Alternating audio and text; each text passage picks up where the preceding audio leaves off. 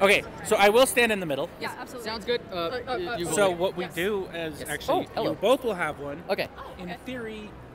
I'll hold it here so that in theory. Well, yeah, in theory, it's and then it's going to be fun. Yes. If I'm talking, she'll hold that one for you, and if she's talking, I'll hold this one. This will work. This will work. Okay, 3, 2, 1. That didn't work. There we go. That's a good one. All right, I am here at Colorado Here at Colorado Anime Fest with Porkcutlett and Maddy Kate Cosplay. Hello. A brother-sister duo? Yes. We're twins, specifically. I was double-checking because I wasn't sure if pronouns were correct. Yeah, you are correct. Okay. And you guys have been cosplaying for a number of years. This feels really weird. How's it going? This is a new one that I haven't done yet. We have been cosplaying for 9 years, almost 10 years now.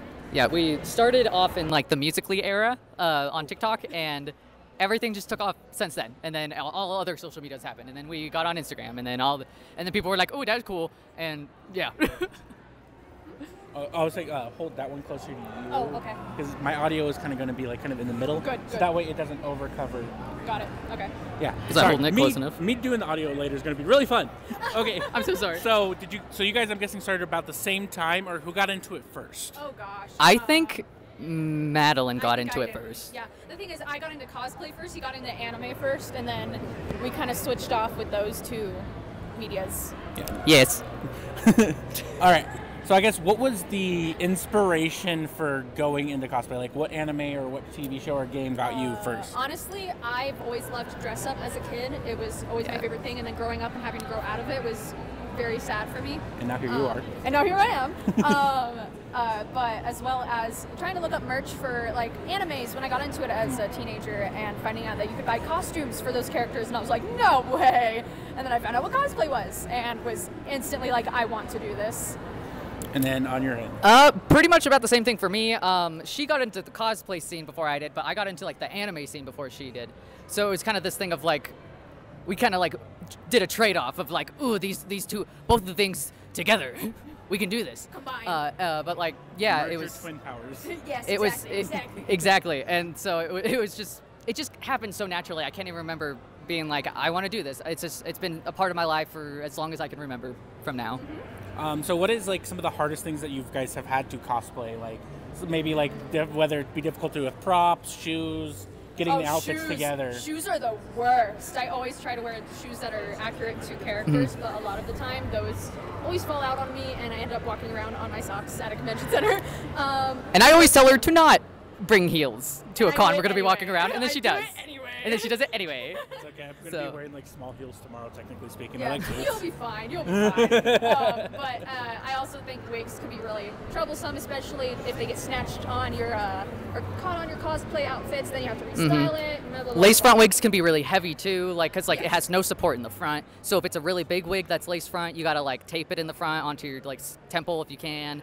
And then rip it off later. But yeah, I can't really think of any cosplays in particular that were like the hardest to do, other than like make from scratch. Like I know we both have cosplayed from the Dark Crystal. So we did, from the Dark Crystal movie, we've cosplayed Kira and Jen, and so we practically thrifted and sewn together nearly all of that stuff when we were a lot younger. Like I didn't even use a sewing machine at that point, so I just had to hand sew a bunch of it. But it is still to this day, still to this day, one of my favorite projects, probably because of how much effort I put into it. All right, and then going from that, because you guys are guesting here at COAF, how did you guys go from like kind of your start to being able to guest or be invited guests? It's very new still. I know we've been cosplaying for about 9 years, but being on social media for maybe 7 of those years, it's hard to reach out to conventions and wanting to guest. They don't take cosplayers very seriously until recently. But COAF, okay, yeah, they reached out to us, and we were able to booth here. But when we go back to Oregon, where we're from, usually guesting is just smaller local things where we put an application in and usually gets accepted. Guesting is definitely not as frequent as you think for cosplayers, especially from where we're from. But I could be wrong. It could be different on the East Coast. Yeah, local scene here, I have seen a lot of cosplayers that have been consistent at different conventions. But they're also local cosplayers. Yes. They're not I don't out of state. I'd have to like look specifically. But it just like seeing the growth of cosplay over the years and seeing how everyone is manifested in their own. Oh yeah. Their own little gremlins. Yes. It went from people Exactly. trying to make props out of pool noodles to now everyone having 3D printers. Exactly. Oh, it's insane. Back in the day to cosplaying, you know, and now everyone's like, I can get that shipped in 2 days. Yeah. And I'm like, oh my god. So do you guys prefer to make or buy? Buying is always easier. Mine's easier, but we very much alter what we buy because Yes. a lot of cosplays are shipped in Asian size charts, Mm. and so we have to modify for them to fit our bodies. So it's a lot of It's a lot of buying and modifying for Yes. us. Definitely, I'm learning more about sewing on the machine and how that works, and I'm teaching myself how to learn, you know, making things from like patterns and stuff.